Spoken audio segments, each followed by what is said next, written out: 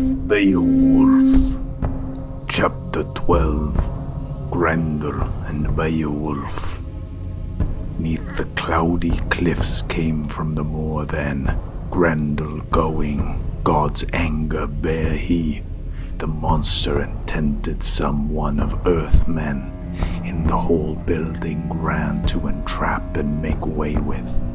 He went under welkin where well he knew of, the wine joyous building brilliant with plating, gold hall of earthmen, not the earliest occasion. He the home and manor of Hrothgar had sought, never found he in life days later nor earlier.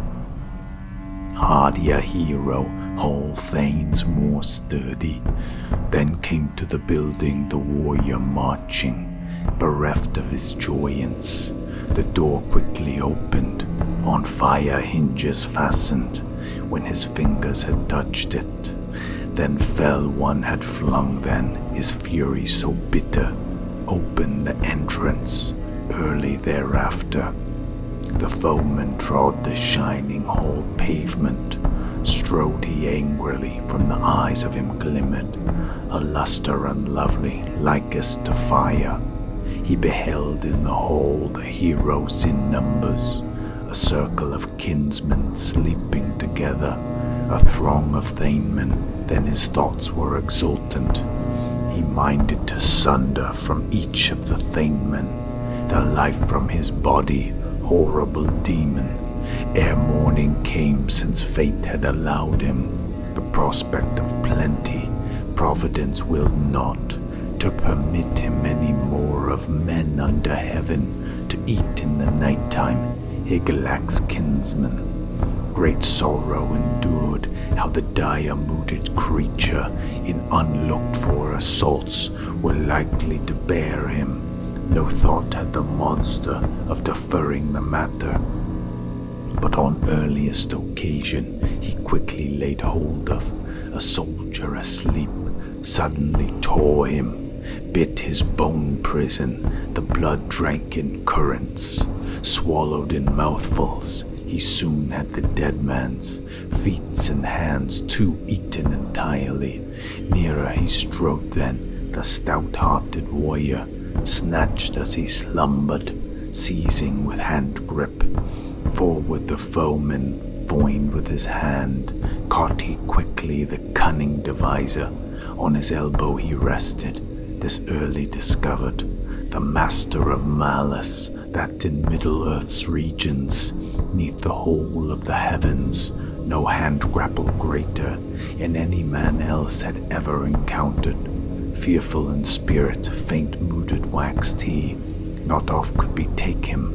Death he was pondering, would fly to his covert, seek the devil's assembly.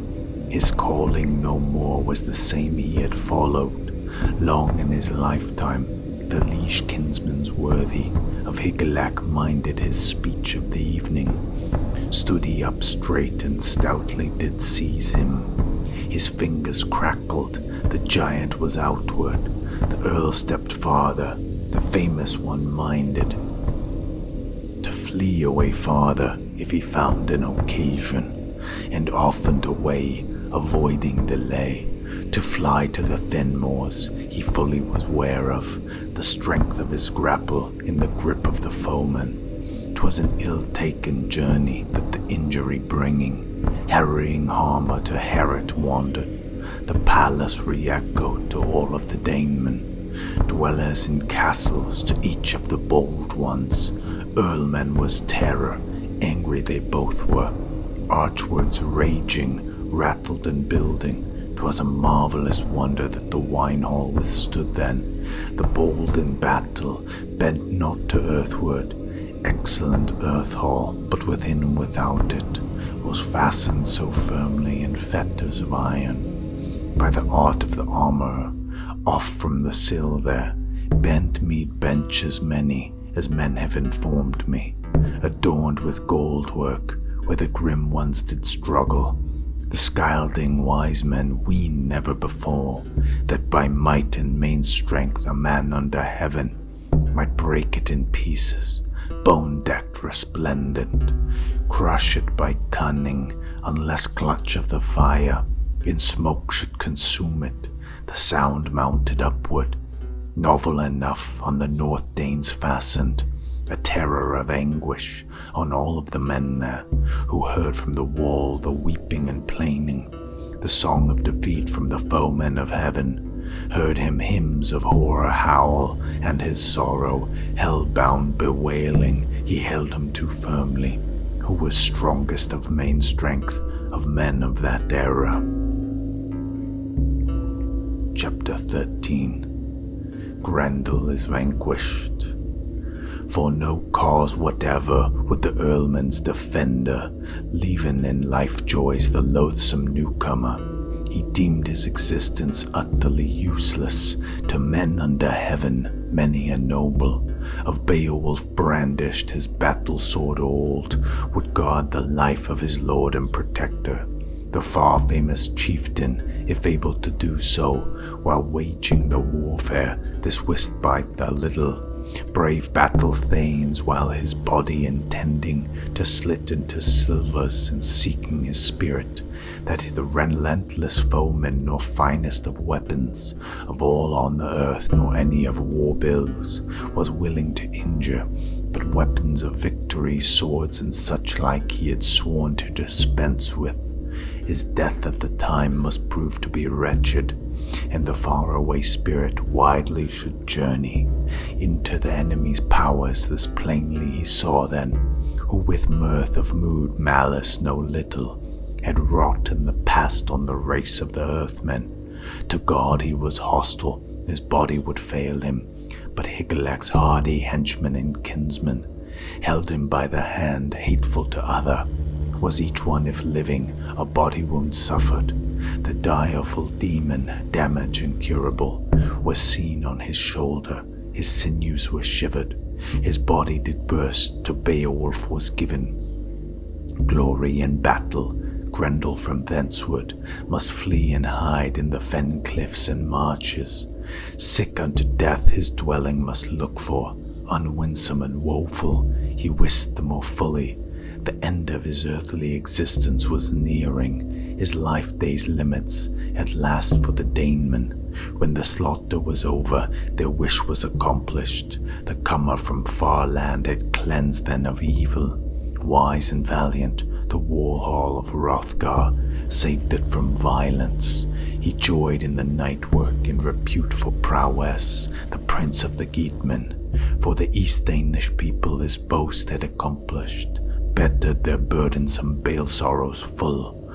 The craft begot evil they erstwhile had suffered, and were forced to endure from crushing oppression. Their manifold misery 'twas a manifest token, when the hero in battle the hand suspended, the arm and the shoulder, there was all of the claw of Grendel together, neath great stretching hall roof. Chapter 14. Rejoicing of the Danes. In the mist of the morning many a warrior stood round the gift hall, as the story is told me. Folk princes fared then from far and from near, through long stretching journeys to look at the wonder, the footprints of the foemen, few of the warriors, who gazed on the foot tracks of the inglorious creature. His parting from life pained very deeply, how weary in spirit, off from those regions, in combats conquered he carried his traces, fated and flying to the flood of the Knickers. There in blood billows bubbled the currents, the angry eddy was everywhere mingled, and seething with gore, welling with sword blood, he death-doomed had laid him, when reaved of his joyance. He laid down his life in the lair he had fled to, his heathenish spirit, where hell did receive him. Thence the friends from old backward turned then, and many a younker from merry adventure, striding their stallions, stout from the seaward. Heroes on horses, they were heard very often. Beowulf's praises, many often asserted, that neither south nor north in the circuit of waters, or outstretching earth plain, none other was better. mid-bearers of war shields, more worthy to govern, neath the arch of the ether, not any, however, gainst the Fred-lord muttered, mocking words uttered, of Hrothgar the gracious, a good king he, oft the famed ones permitted their fallow-skinned horses to run in rivalry, racing and chasing, where the fieldways appeared to them fair and inviting. Known for their excellence, oft a thane of the folklore, a man of celebrity, mindful of rhythms, who ancient traditions treasured in memory, new word groups found properly bound, the bard after again the Beowulf's venture, wisely to tell of, in words that were clever, to utter skillfully, earnestly speaking, everything told that he had heard as to Sigmund's mighty achievements, many things hidden, the strife of the whale sing, the wide-going ventures, the children of men knew of but little, the feud and the fury, but fittler with him, when such like matters he minded to speak of, uncle to nephew as in every contention, each to other was ever devoted, a numerous host of the race of the Scathers. They had slain with the sword edge to Sigmund accrued then, no little of glory when his life days were over, since he sturdy in struggle had destroyed the great dragon, the hoard treasure's keeper, neath the hoar greyish stone he, the son of the Atheling, unaided adventure, the perilous project, not present was Fitela, yet the fortune befell him of forcing his weapon through the marvellous dragon that had stood in the wall, well-honoured weapon the warm for slaughtered, the great one had gained by his glorious achievement, to reap from the ring-hoard richest enjoyment, as best did please him, his vessel he loaded, shining ornaments on the ship's bosom carried, kinsman of Wales, the drake in heat melted. He was farthest famed of fugitive pilgrims, mid-wide scattered world folk for works of great prowess, war troopers' shelter, hence waxed he in honour. Afterward Heremod's hero strength failed him, his vigour and valour, mid venomous haters. To the hands of foemen he was foully delivered, oft driven early, agony billows oppressed him too long, to his people he became then, to all the Athelings an ever great burden, and the daring one's journey in days of yore, many wise men wont deplore, such as hoped he would bring them help in their sorrow, that the son of their ruler should rise into power, holding the headship held by his fathers, should govern the people, the gold hoard and thorough, the kingdom of heroes, the realm of the Scyldings. He to all men became then far more beloved, Hygelac's kinsman to kindreds and races, to his friends much dearer, his malice assaulted, oft running and racing, on roadsters they measured the dun-coloured highways, then the light of the morning was hurried and hastened, went henchmen in numbers to the beautiful building, bold ones in spirit, to look at the wonder, the liege lord himself then, from his wife-bower wending, warden of treasures, glorious trod with troopers unnumbered, famed for his virtues, with him the queen-wife measured the mead-ways, with maidens attending. Chapter 15. Hrothgar's Gratitude. Hrothgar discoursed, to the hall building went he. He stood by the pillar, saw the steep rising hall roof, gleaming with gold gems, and Grendel his hand there. For the sight we behold now, thanks to the wielder, early be offered, much evil I bided, snaring from Grendel, God can ever accomplish, wonder on wonder, wielder of glory. But lately I reckoned, never under heaven, comfort to gain me for any of sorrows.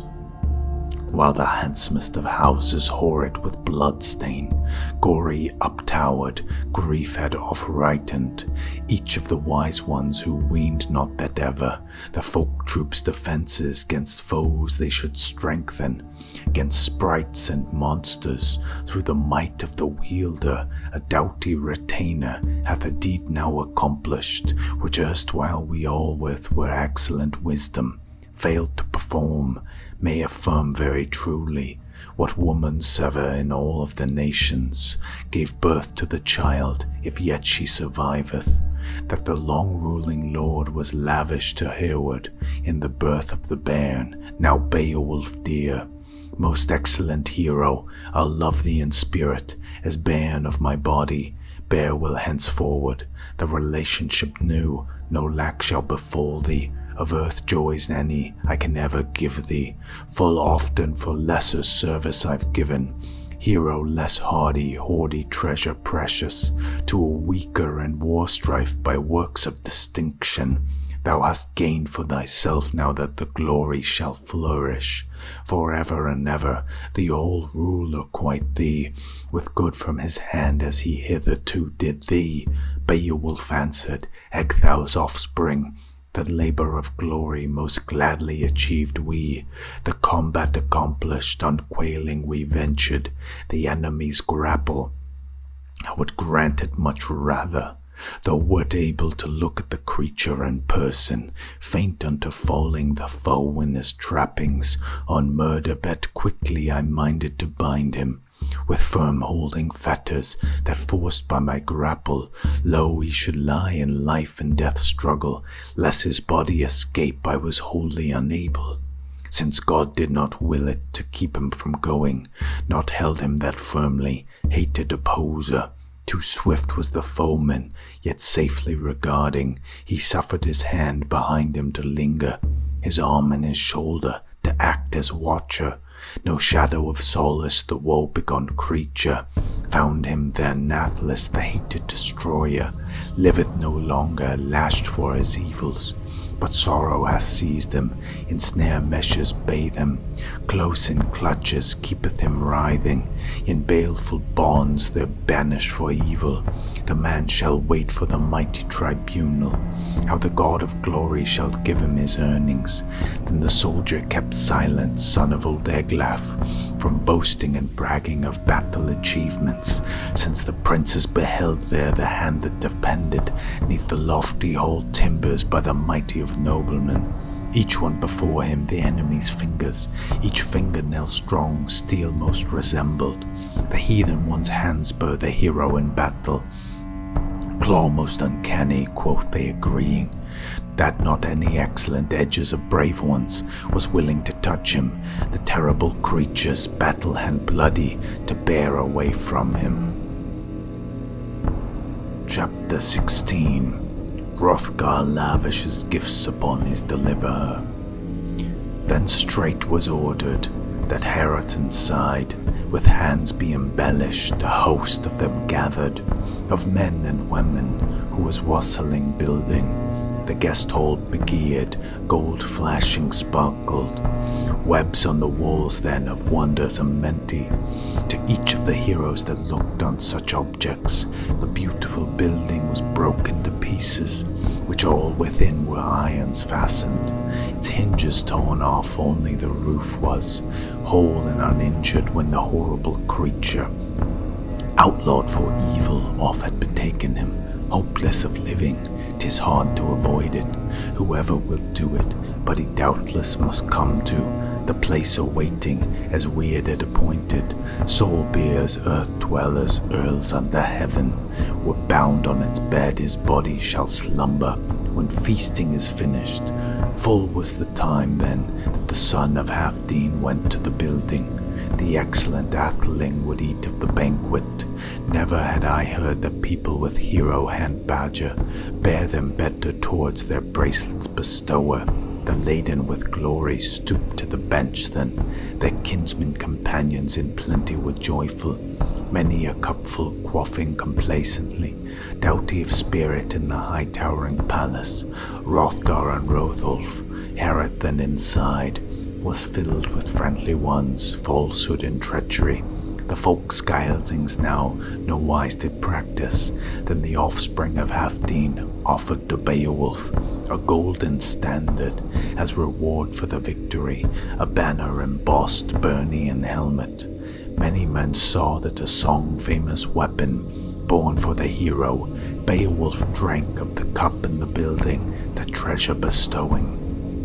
He needed not blush for in battlemen's presence, never heard that many men on the ale bench in friendlier fashion to their fellows presented 4 bright jewels with goldwork embellished, round the roof of the helmet a headgear outside, braided with wires with bosses was furnished, that swords for the battle fight hardened might fail, boldly to warm him when the hero proceeded forth against foemen. The defender of earls then commanded that 8 steeds with bridles, gold-plated gleaming, be guided to Hallward.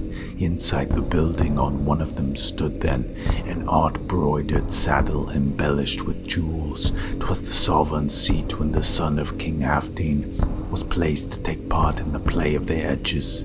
The famous one's valor never failed at the front when slain ones were bowing, and to Beowulf granted the prince of the Ingwings power over both, over war steeds and weapons, bade him well to enjoy them.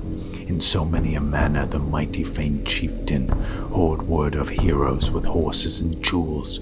War storms requited that no other condemneth, who willeth to tell from with full justice.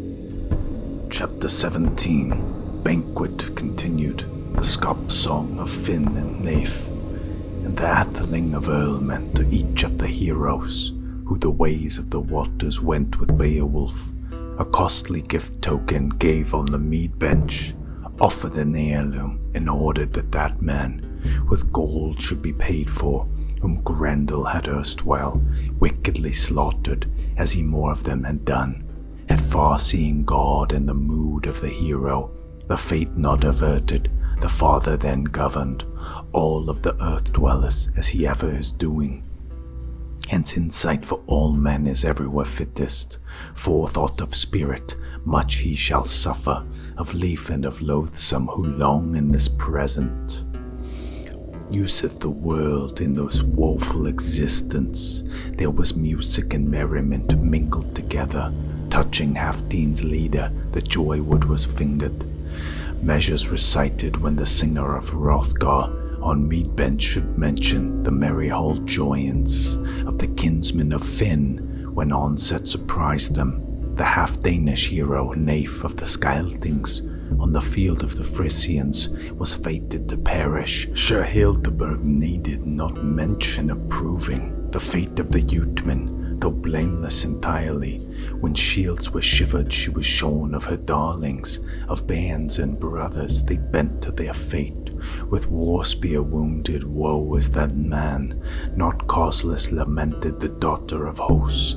The decree of the wielder when morning light came, and she was able neath heaven to behold the destruction of brothers and bands. When the brightest of earth joys she had hitherto had all the henchmen of Finn, war had oft taken save a handful remaining, that he nowise was able to offer resistance to the onset of Hengest in the parley of battle, nor the wretched remnant to rescue in war from the Earl of the Atheling, but they offered conditions, another great building to fully make ready, a hall and a high seat, that half they might rule with, the sons of the Uthman and the Folkwalder's sons, day after day the Danemen honor.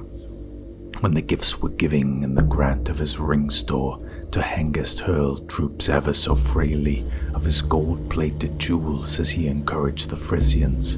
On the bench of the beer hall, on both sides they swore then a fast-binding compact, Finn unto Hengest, with no thought of revoking, vowed then most solemnly the woe-begone remnant well to take charge of. His wit in advising the agreement should no one by words or works weaken and shatter, by artifice ever injure its value.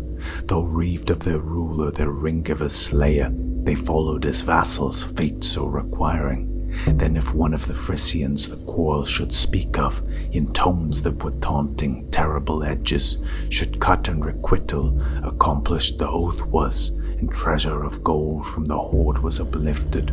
The best of the Scylding braves was then fully prepared for the pyre. At the pyre was seen clearly the blood-gory Birnie, the boar was his gilding, the iron-hard swine, athelings many, fatally wounded, no few had been slaughtered. Hildeburh bade then at the burning of Nafe, the bairn of her bosom to bear to the fire, that his body he burned and borne to the pyre. The woe-stricken woman wept on his shoulder. In measures lamented, up mounted the hero. The greatest of dead fires curled to the welkin. On the hill's front crackled, heads were a-melting, wound doors bursting while the blood was a-coursing. From body bit fierce the fire devoured then, greediest of spirits whom were far carried off. From the both of the peoples their bravest were fallen. Chapter 18. The Finn episode continued. Then the warriors departed to go to the dwellings, reaved of their friends, Friesland to visit, their homes and high city. Hengist continued, biding with Finn the blood-tainted winter, wholly unsundered, a father than thought he, though unable to drive the ring-stemmed vessel over the ways of the water. The wave-deeps were tossing, fought with the wind, winter and ice bonds, closed up the currents till they came to the dwelling. A year in its course, as yet it revolveth, if season propitious one always regardeth. World-cheering weathers, then winter was gone. Earth's bosom was lovely, the exile would get him, the guest from the palace, on gruesomest vengeance. He brooded more eager than over the journeys, wherever anger he were able to accomplish. The banes of the Uthman therein to remember, nowise refused he the duties of liegeman. When the Hun of the Frisians the battle sword lafing, fairest of falcons, friendly did give him, its edges were famous in folk talk of Jutland, and savage sword fury seized in its clutches. Bold-mooded Finn where he bode in his palace, when the gruesome grapple Guthlof and Oslof had mournfully mentioned the mere journey over. For sorrows half blamed him, the flickering spirit could not bide in his bosom. Then the building was covered with corpses of foemen, and Finn too was slaughtered, the king with his comrades, and the queen made a prisoner. The troops of the Scyldings bore to their vessels all that the land king had in his palace. Such trinkets and treasures they took on as searching at Finns they could find. They ferried to Daneland. The excellent woman on oversea journey led her to the landfolk. The lay was concluded, the gleeman's recital. Shouts again rose then, bench glee resounded, bearers then offered wine from the wonder vats, where the two advanced then, going neath gold crown where the gold ones were seated. Uncle and nephew their peace was yet mutual, true each to the other, and Unferth the spokesman sat at the feet of the lord of the Scyldings. Each trusted his spirit and his mood was courageous, though at fight he had failed in faith to his kinsman. Said the queen of the Scyldings, my lord and protector, treasure bestower, take thou this beaker. Joyance attend thee, gold friend of heroes, and great thou Geatman with gracious responses. So ought one to do, be kind to the Geatman. In gifts not whether, Aenea ne far now, peace thou enjoyest, report hath informed me. Thou too for the bane, the battle brave hero, now is Herot cleansed, ring palace gleaming. Give well thou mayst many rewards, and bequeath to thy kinsmen kingdom and people.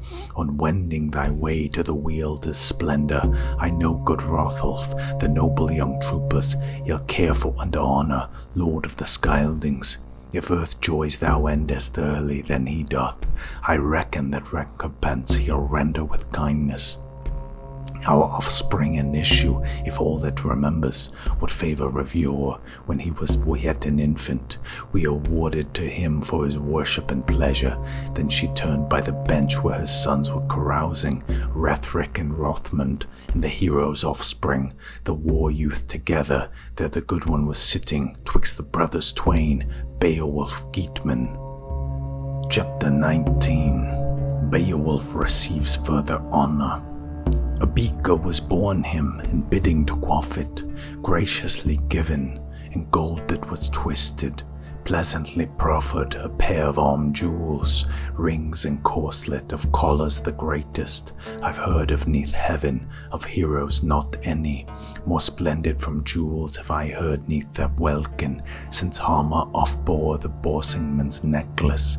The Bracteats and jewels from the bright shining city, Ormenric's cunning craftiness fled from, chose gain everlasting Geatish Hygelac, grandson of Swerting, last had this jewel. When tramping 'neath banner the treasure he guarded, the field spoil defended, fate oft carried him. When for deeds of daring he endured tribulation, hate from the Frisians the ornaments bare he, or the cup of the currents costly gem treasures. Mighty folk leader, he fell 'neath his target. The corpse of the king then came into charge of the race of the Frankmen. The mail shirt and collar, warm and less noble, plundered the fallen. When the fight was finished, the folk of the Geatmen the field of the dead held in possession. The choicest of mead halls with cheering resounded. Wealhtheow discovered the war troop addressed she, "This collar enjoy thou, Beowulf worthy, young man in safety, and use thou this armor, gems of the people, and prosper thou fully. Show thyself sturdy, and to be these liegemen, mild with instruction, I'll mind thy requital. Thou hast brought it to pass that far and near, for over and ever earthmen shall honor thee. Even so widely as ocean surroundeth the blustering bluffs, be while thou livest, a wealth-blessed atheling. I wish thee most truly jewels and treasure. Be kind to my son thou, living in joyance, yet each of the nobles is true unto other, gentle in spirit, loyal to leader, the liegemen are peaceful. The war troops ready, well-drunken heroes. Do as I bid ye. Then she went to the settle. There was choicest of banquets, wine drank the heroes. Weird they knew not, destiny cruel. As yet to many an earlman early it happened, when evening had come and Hrothgar had parted, off to his manor the mighty to slumber. Warriors unnumbered warded the building. Erst they did often the ale settle bared they. 'Twas covered all over the beds and pillows, doomed unto death, down to his slumber. Bowed then a Beowulf, their battle shields placed they, bright shining targets up by their heads then. O'er the atheling on ale bench 'twas easy to see their battle high helmet, byrnie of ringmail, and mighty war spear. 'Twas the wont of that people to constantly keep them equipped for the battle, at home or marching in either condition, at seasons just such as necessity ordered, as best for their ruler the people was worthy. Chapter 20. The Mother of Grendel. They sank then to slumber with sorrow one paid for, his evening repose as often betid them, while Grendel was holding the gold-bedecked palace, ill deeds performing till his hand overtook him. Death for his sins 'twas seen very clearly, known unto earth folk that still an avenger outlived the loathed one long since the sorrow caused by the struggle. The mother of Grendel, devil-shaped woman, her woe of amended, who was held to inhabit the horrible waters, the cold flowing currents after Cain had become a slayer with edges to his one and only brother. The son of his sire he set out then banished, marked as a murderer, man joys avoiding, lived in the desert, thence demons unnumbered, fate sent awoke, one of them Grendel, sword-cursed, hateful, who at Herot met with a man that was watching, waiting the struggle, where a horrid one held with him hand-grapple sturdy. Nathless he minded the might of his body, the glorious gift God had allowed him, and folk-ruling father's favor relied on, his help and his comfort. So he conquered the foeman, the hell-spirit humbled, he unhappy departed, reaved of his joyance, journeying to death haunts. Foeman of man, his mother moreover, eager and gloomy, was anxious to go on, a moan for mission, mindful of vengeance, for the death of her son. She came then to Herot, where the armor-dane earlmen all through the building were lying in slumber. Soon the became then returned to the nobles. When the mother of Grendel entered the folk hall, the fear was less grievous, by even so much as the vigor of maidens. War strength of women by warrior is reckoned, when well-carved weapons worked with the hammer. Blade very bloody, brave with its edges, strikes down the boar sign that stands on the helmet. Then the hard-edged weapon was heaved in the building, the brand over the benches, broad lidens many, handfast were lifted, for helmet he recked not, for armor not broad whom terror laid hold of. She went then hastily, outward would get her life for to save, when some other did spy her. Soon she grappled one of the athelings fast and firmly, when fen would she hide her. That one to Hrothgar was liefest of heroes, in rank of retainer where waters encircle, a mighty shield warrior whom she murdered at slumber. A broadly famed battle knight, Beowulf, was absent, but another apartment was erstwhile devoted to the glory-decked Geatman when gold was distributed. There was hubbub in Herot, the hand that was famous, she grasped in its gore. Grief was renewed then, in homes and houses, 'twas no happy arrangement, in both of the quarters to barter and purchase, with lives of their friends. Then the well-aged ruler, the grey-headed war-thane, was woeful in spirit, when his long-trusted liegeman, lifeless he knew of, his direst one gone, quick from a room was.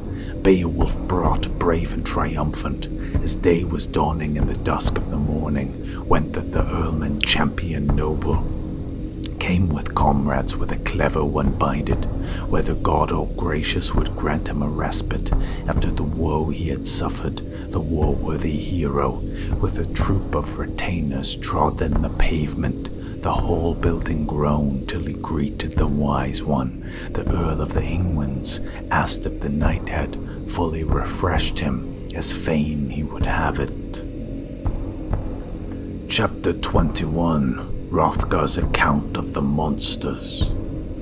Hrothgar rejoined, helm of the Scyldings, ask not of joyance, grief is renewed to the folk of the Danemen. Dead is Aesir, Rimlof's brother, older than he, my true-hearted counselor, trusty adviser, shoulder companion when fighting in battle. Our heads we protected when troopers were clashing, and heroes were dashing. Such an earl should be ever an erstworthy atheling, and Aesir proved him. The flickering death spirit became in Herot. His hand-to-hand murder, I cannot tell whither.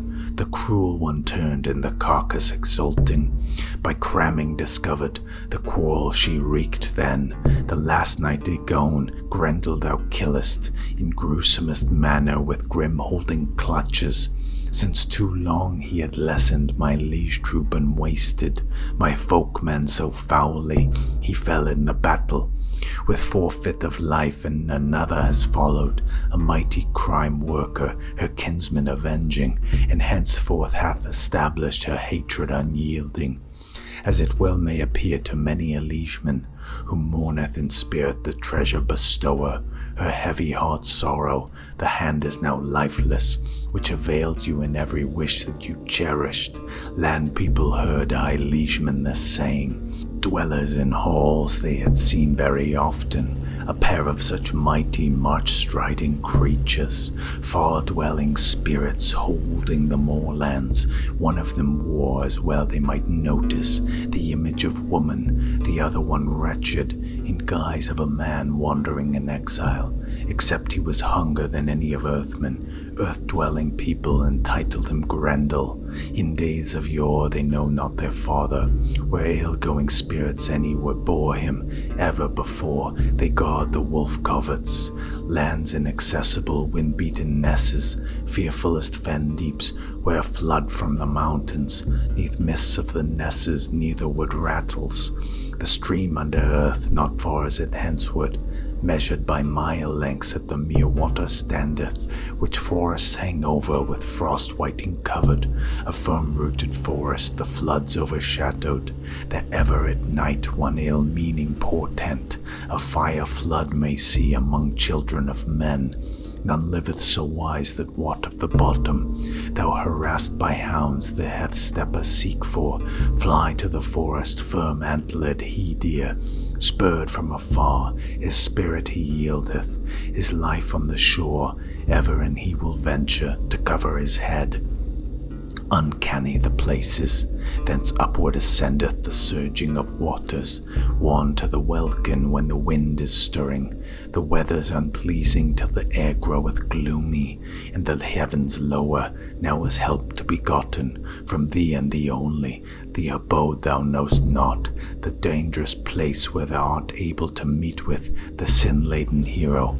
Seek if thou darest, for the feud I will fully fee thee with money, with the old-time treasure, as erstwhile I did thee, with well-twisted jewels, if away thou shalt get thee. Chapter 22. Beowulf seeks Grendel's mother. Beowulf answered Ecgtheow's son, Grieve not, O wise one, for each it is better his friend to avenge than with the vehemence wail him. Each of us must the end day abide of his earthly existence, who is able to accomplish glory ere death, to battle thing noble, lifeless lying, 'tis at last most fitting. Arise, O king, quick lest us hasten to look at the footprint of the kinsman of Grendel. I promise thee this now, to his place he'll escape not, to embrace of the earth, nor to mountainous forest, nor to depths of the ocean, wherever he wanders. Practice thou now patient endurance of each of thy sorrows, as I hope for to soothe thee. Then upsprang the old one, the all-wielder, thanked he. Rule almighty that the man had outspoken. Then for Hrothgar a war horse was bedecked with a bridle. Curly-maned courser, the clever folk leader, stately proceeded, stepped then an earl troop of linden wood-bearers. Her footprints were seen then, widely in wood paths, her way over bottoms, where she far away fared over fen country murky, bore away breathless the beast of retainers, who pondered with Hrothgar the welfare of country, the son of the Atlings that went over the stony, declivitous cliffs, the close-covered passes, narrow passages, paths unfrequented, nesses abrupt, nicker haunts many. One of the few of wise-mooded heroes, he onward advanced to view his surroundings, till they found unwares moods of the woods and the mountain. O'er hoar stones hanging a holt wood unjoyful, the water stood under, welling in glory. 'Twas irksome in spirit to all of the Danemen, friends of the Scyldings, to many a liegeman, sad to be suffered, a sorrow unlittle. To each of the earlmen, when to Aesir's head they came on the cliff, the current was seething with blood and with gore. The troopers gazed on it, the horn anon sang the battle song ready. The troop were all seated, they saw along the water then many a serpent, mere dragons wondrous, trying the waters, knickers lying on the cliffs of the nesses, which at noonday full often go on the sea deeps their sorrowful journey. Wild beasts and wormkind, away they then hastened, hot-mooded, hateful, they heard the great clamour, the war trumpet winding. One did the great prince sunder from earth joys with arrow from bowstring. From his sea struggle tore him the trusty war missile. Pierced to his vitals he proved in the currents, less doughty at swimming whom death had oft carried. Soon in the waters the wonderful swimmer was straight and more soulful, with sword-pointed boar spears, pressed in the battle and pulled to the cliff edge. The liegeman then looked on the loath-fashioned stranger. Beowulf donned then this battle equipment, cared little for life, and laid him most ample. The hand-woven corslet which could cover his body, must the wave deeps explore, the war might be powerless to harm the great hero, and the hating one's grasp might not peril his safety. His head was protected, but the light-flashing helmet should mix with the bottoms, trying the eddies, treasure emblazoned, encircled the jewels as in seasons long past. The weaponsmith worked it, wondrously made it, with swine bodies fashioned it, with thenceforth no longer Brand might bite it and battle sword hurt it. That was the least of the helpers in prowess that Hrothgar's spokesman had lent him with straightened, and the hilted hand sword was runting entitled. Old and most excellent among all the treasures, its blade was of iron, blotted with poison, hardened with gore, it failed not in battle. Anyone here under heaven in hand who brandished, who ventured to take to terrible journeys, the battlefield sought not the earliest occasion. The deeds of daring 'twas destined to accomplish. Eglaf's kinsman minded not smoothly, exulting in strength what erst he had spoken, drunken with wine when the weapon he leant to, a sword hero bolder, himself did not venture, 'neath the strife of the currents his life to endanger. To fame deeds performed, there he forfeited glory, repute for his strength, not so with the other, when he clad in his corslet, and equipped him for battle.